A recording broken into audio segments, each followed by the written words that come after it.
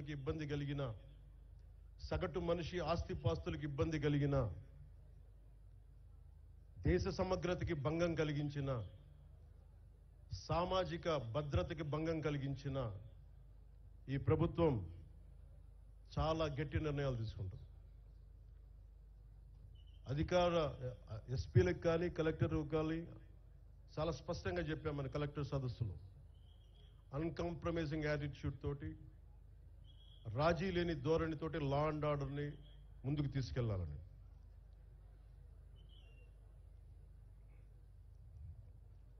ఈరోజు రాష్ట్రం లోతుకెళ్ళి చూస్తే, గతంలో కూడా తెలుసు, లోతుకెళ్ళి చూస్తే ఏ స్థాయిలో ఆర్థిక వ్యవస్థ ఉందని చిన్న భిన్నం అయిపోయింది. వేలాది కోట్లు, 4,000 కోట్లతోటి పంచాయతీరాజ్ మేము జల్ జీవన్ మిషన్కి నిర్మించామని చెప్తే పైపులు వేశారు, కానీ ఆ పైపులకి సంబంధించిన వాటర్ సోర్స్ ఇవ్వలేదు. అందుకే దాని మీద పల్స్ సర్వే జరిపిస్తా ఉన్నాం. లా అండ్ ఆర్డర్తో పాటు ప్రజా సంపదని దుర్వినియోగం చేసిన ఎవరిని కూడా వదిలిపెట్టకుండా వారికి చట్టాల పరిధిలోకి తీసుకొస్తాం. ఉదాహరణకి మనకి ఏడీబీ రోడ్ అంటాం, 50 కిలోమీటర్లు కాకినాడ టు రాజమండ్రి. దానికి కావాల్సింది 390 కోట్లు. కొన్ని లక్షలాది మంది ఎప్పుడు తిరిగే రోడ్డు.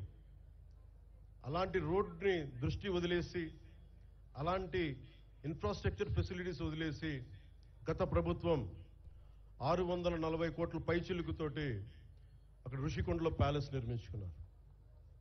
ఎక్కడ ఈ డబ్బు వెళ్ళిపోతుందో మీకు అర్థమవుతా ఉంది కదా. ఇవన్నీ ఆగాలి. ఇవన్నీ ఆగటానికి మీరందరం కృషి చేశారు. ఈరోజు మా మీద బాధ్యత పెట్టారు. వెంటనే ఈ ఏడీబీ రోడ్డు కూడా చాలా అత్యంత తొందరలో పూర్తి చేయాలి అని నిర్ణయం తీసుకున్నాం. కేబినెట్కి తెలియజేశాం. గౌరవ ముఖ్యమంత్రి శ్రీ చంద్రబాబు నాయుడు గారు తెలియజేశాం. ఈ ఏడీబీ రోడ్డు కూడా త్వరగా పూర్తి చేసే బాధ్యత ఈ కొత్త ప్రభుత్వం తీసుకుంటుంది.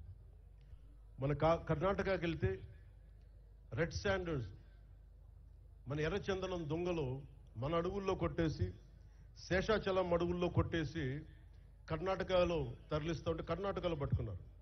100 కోట్ల రూపాయలు ఒకసారి, 40 కోట్ల రూపాయలు ఇంకొకసారి ఆంధ్రప్రదేశ్ చెందిన ఎర్రచందనం దొంగల్ని మన కర్ణాటక ప్రభుత్వం తీసుకుంది. అక్కడ ఫారెస్ట్ అధికారులు చెప్పారు, వేలం వేశారు.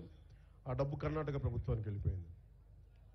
అదే 140 కోట్లు కనుక మనకు ఉండుంటే, రాష్ట్ర ఖజానాలు కనుక ఉండుంటే, ఎంతమంది విద్యార్థుల్ని అంబేద్కర్ విదేశ విద్యా పథకానికి పంపించవచ్చు, ఫీజు రీఎంబర్స్మెంట్లు చేయొచ్చు, ఇలాంటి ఎన్నో చూడొచ్చు. కానీ దురదృష్టం ఆ పరిస్థితుల్లో లేదు. సో మేము ముందుకొచ్చి ఇవన్నీ బయటికి తీసి ఆ నిధుల్ని అవన్నీ తిరిగి మనకి చెందేలాగా ప్రయత్నాలు మొదలు పెడతాం.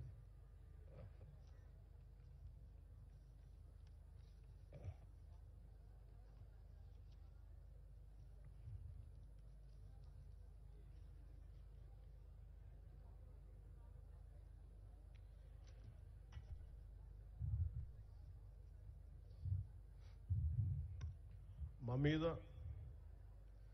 చాలా బలమైన బాధ్యత పెట్టారు మీరందరూ.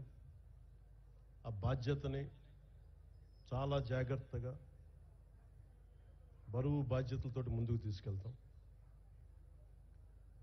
ప్రత్యేకించి ఇది ఇంకొక స్వాతంత్ర దినోత్సవం రోజు అంటే నేను డిప్యూటీ ముఖ్యమంత్రిగా ప్రమాణ స్వీకారం చేస్తున్నాను.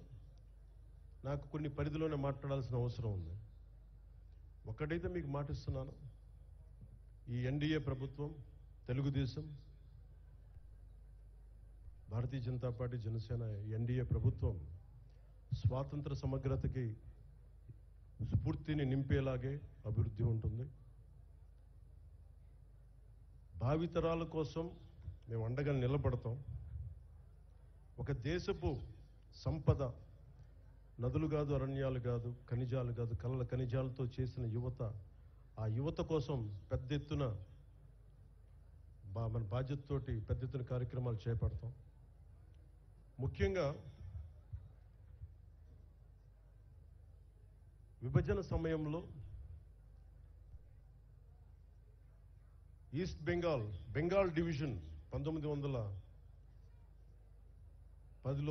అరౌండ్ దట్ టైం ఒక రాష్ట్ర విభజన జరుగుతుందంటే దేశంలోని నాయకులందరూ ముందుకొచ్చారు, ఆప్ చేశారు బెంగాల్ డివిజన్.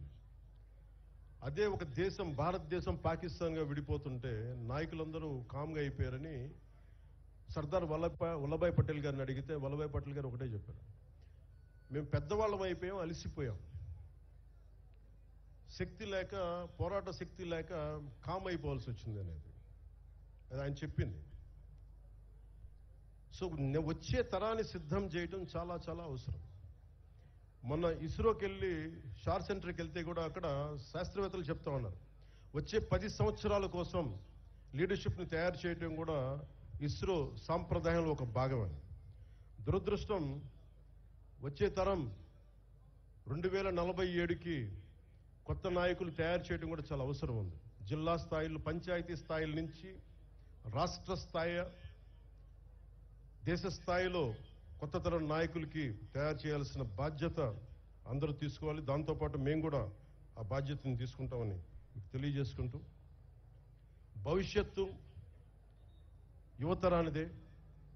ఆ యువత